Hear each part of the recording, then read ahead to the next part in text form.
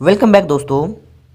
आज की इस वीडियो में हम लोग बात करने वाले हैं डबल सर्कुलेशन यानी कि दोहरी परिसंचरण तंत्र के बारे में।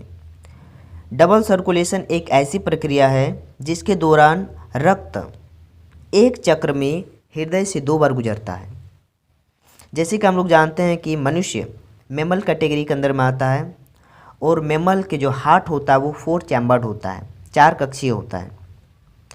जीव में रक्त की गति को 2 भागों में बांटा गया है।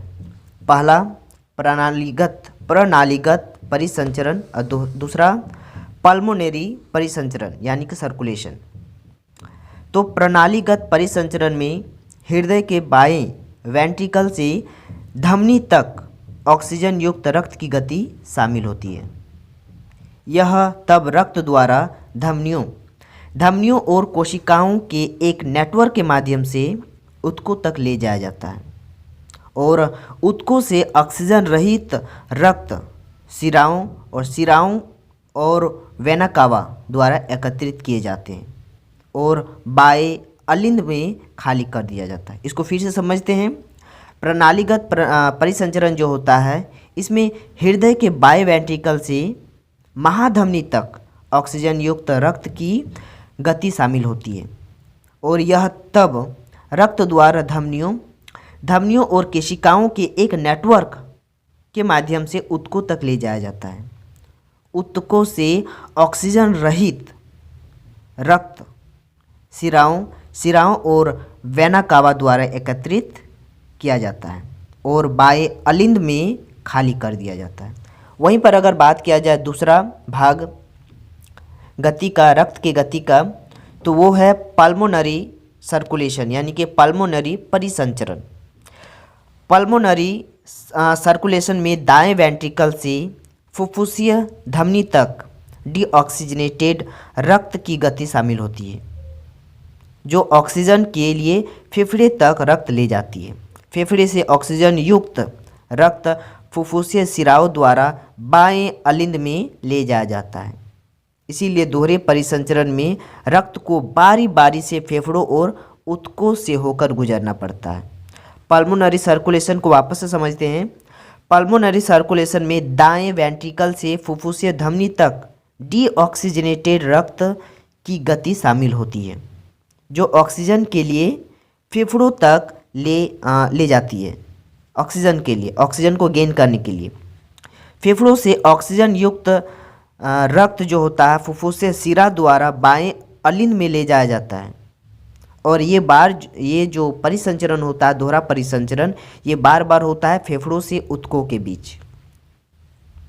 आसान भाषा में अगर देखा जाए तो दोहरा परिसंचरण रक्त का एक चक्र में 2 बार हृदय से गुजरने वाली पहली बार शरीर का समस्त अशुद्ध रुधिर हृदय के दाहिने अलिंद में एकत्रित होकर दाहिने निलय में होते हुए फेफड़े में जाता है तथा दूसरी बार हृदय के बाएं अलिंद में फेफड़ों से फुफ्फुसीय सिराओं द्वारा एकत्रित होकर शुद्ध रक्त मतलब शुद्ध रुधिर महाधमनी द्वारा समस्त शरीर में पंप किया जाता है।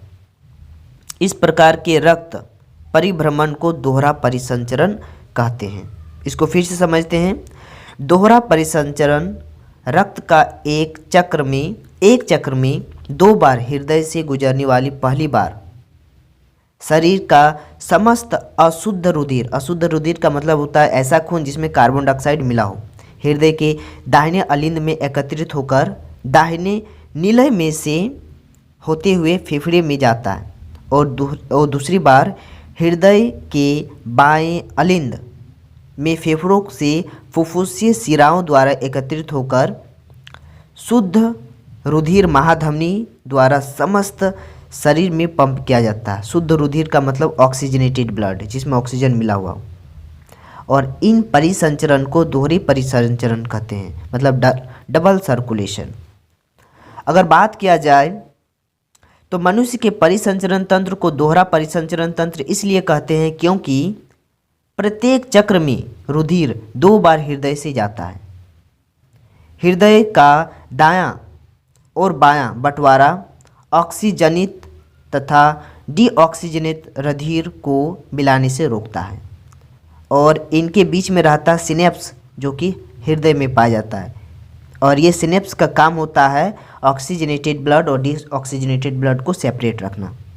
चूँकि हमारे शरीर में उच्च ऊर्जा की आवश्यकता होती है, जिसके लिए उच्च दक्षतापूर्ण ऑक्सीजन जरूरी होता है, और इसी कारण डबल सर्कुलेशन जरूरी होता है।